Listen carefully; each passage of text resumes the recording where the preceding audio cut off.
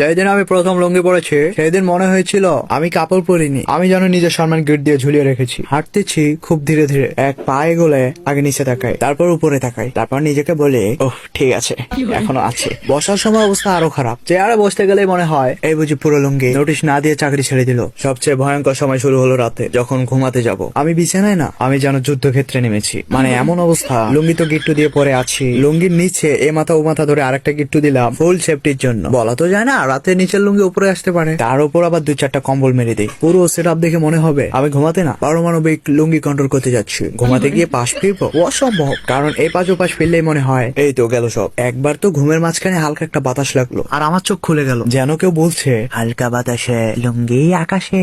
সারা রাত এমন কাটলো, আমি ঘুমাচ্ছি না, আমি লুঙ্গি পাহারা দিচ্ছি। ভোরের দিকে যখন একটু ঘুম আসছে, হঠাৎ নিজেকে জিজ্ঞেস করলাম মানুষ কি প্রতিদিন রাত এভাবে লুঙ্গি পরে বেঁচে থাকে? সকালে উঠে আয়নার সামনে দাঁড়িয়ে দেখি লুঙ্গি আছে, আমিও আছি, সম্মানও এখনো টিকে আছে। সেই মুহূর্তে মনে হলো আমি কোনো সাধারণ মানুষ না, আমি লুঙ্গি সার্ভাইভার। এখন অবশ্য লুঙ্গি পরলে ভয় লাগে না, কিন্তু প্রথমরা ওটা একটা কাপড় ছিল না, ওটা একটা লাইফ থ্রিলার, হরর, কমেডি সব একসাথে।